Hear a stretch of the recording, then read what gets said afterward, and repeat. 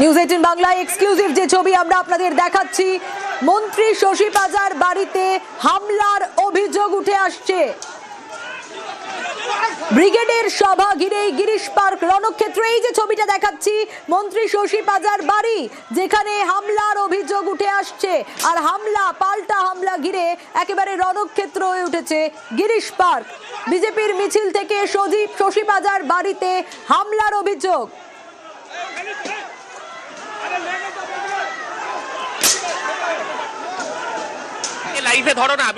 কিন্তু কেন এই পরিস্থিতি তৈরি হলো, কোথা থেকে এই ঘটনার সূত্রপাত, কেন এরকম রণক্ষেত্রের চেহারা নিল এবং এই সংঘর্ষে রীতিমতো ইট বৃষ্টিতে আহত পুলিশ কর্মী, কিন্তু কেন এই পরিস্থিতি তৈরি হলো? ব্রিগেডের সভা ঘিরে কি কারণে মিছিল যাচ্ছিল এবং সেই মিছিল থেকেই নাকি মন্ত্রী শশী পাজার বাড়িতে হামলার অভিযোগ।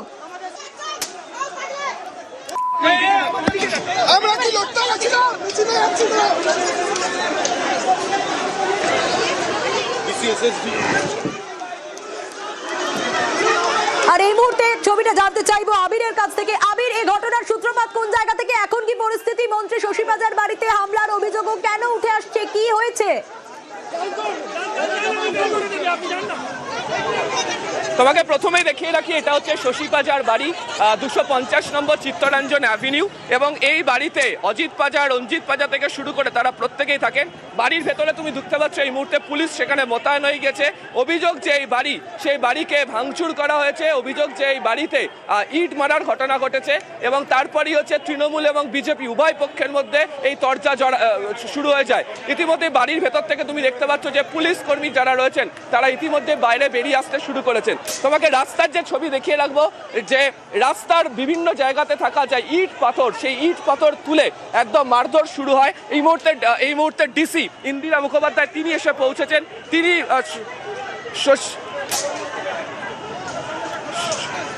শশী পাজার বাড়ির সামনে তিনি এসছেন, তিনি কথা বলতে চান। যদিও এখনো পর্যন্ত বাড়ি একদম ভেতর থেকে সম্পূর্ণভাবে বন্ধ করে রেখে দেওয়া হয়েছে, ভেতরে পুলিশ ছাড়া কাউকে এখনো ভেতরে প্রবেশ করতে দেওয়া হচ্ছে না।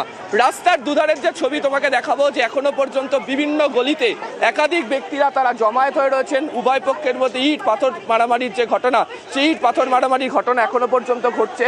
পুলিশের আরও বাহিনীকে নিয়ে আসা হয়েছে, সেই বাহিনী এই মুহূর্তে তারা মোতায়েন রয়েছেন এবং তারা চেষ্টা করছেন ভেতরে যে পরিস্থিতি সেটিকে দেখার জন্য।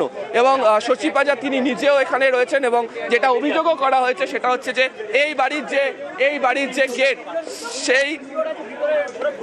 সেই গেট দিয়ে, এবং এই বাড়ির ভেতরের যে গেট, সেই গেট এখন মন্ত্রী কোথায় আছেন? উনি ভিতরে আছেন, উনি অসুস্থ হয়েছেন, আপনার গেলে দেখো পুলিশেরও আঘাত লেগেছে, তুমি দেখতে পাচ্ছ যে তিনি বাড়ির ভিতর থেকে বেরিয়ে আসছেন, এবং আরো বাহিনীকে এই মুহূর্তে এখানে নিয়ে আসা হচ্ছে। এবং এই বাড়ির পিছনের দিকের যে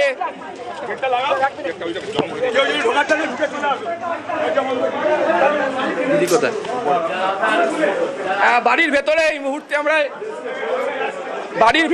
এই শশীদি কি হয়েছিল, কি বলবো? বয়কট বিজেপি ফ্লেক্স দেখে বিজেপি প্যারেড, এই যে র্যালির জন্য যে যাচ্ছে ব্রিগেডে, বাস থেকে নেমে ফ্লেক্সগুলো ছিঁড়ল, চলে গেল, কিছু বললাম না। ফ্লেক্সটা আবার নতুন করে যখন আমাদের ছেলেরা লাগাচ্ছে, তখন তারা পরের বাসগুলো এসে নামলো, চিনি না ওদেরকে, নামলো, ফ্লেক্স ছেঁড়া তো দূরের কথা, আমাদের তৃণমূল কংগ্রেসের সমর্থকরা যারা ছিল তাদেরকে মারলো। আমরা তখন প্রতিবাদ করলাম, সেই ভিডিওটা তো আছে, কেন তোমরা ছিঁড়লে, কেন তারা মারলো, সাংঘাতিকভাবে মারলো। তাদেরকে আমি নার্সিংহোমে পাঠিয়েছি। তারপরে আমরা রাস্তায় দাঁড়িয়ে গেলাম, আমি কাছে ছিলাম, রাস্তায় দাঁড়িয়ে গেলাম, এটা হতে পারে না। এবং তারপরে ঘাত প্রতিঘাত, ওরা বাসে এনেছে ইট, বোতল, বোম, লাঠি, সোটা কি নেই, এরা গুন্ডা, আমি বলবো গুন্ডাও না, দে আর মার্ডারার্স।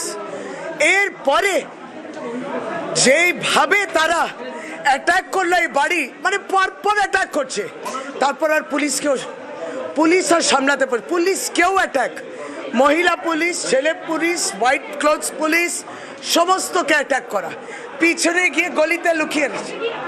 লুকিয়েছে, প্রত্যেকটার উপরে অ্যাটাক করেছে।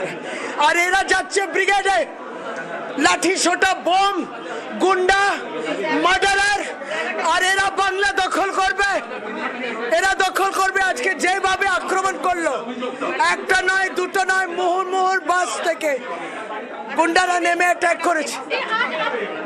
আপনার কি ইনজুরি হয়েছে? আমাকে इंजर করেছে উইথ এটা ईट से मारा है।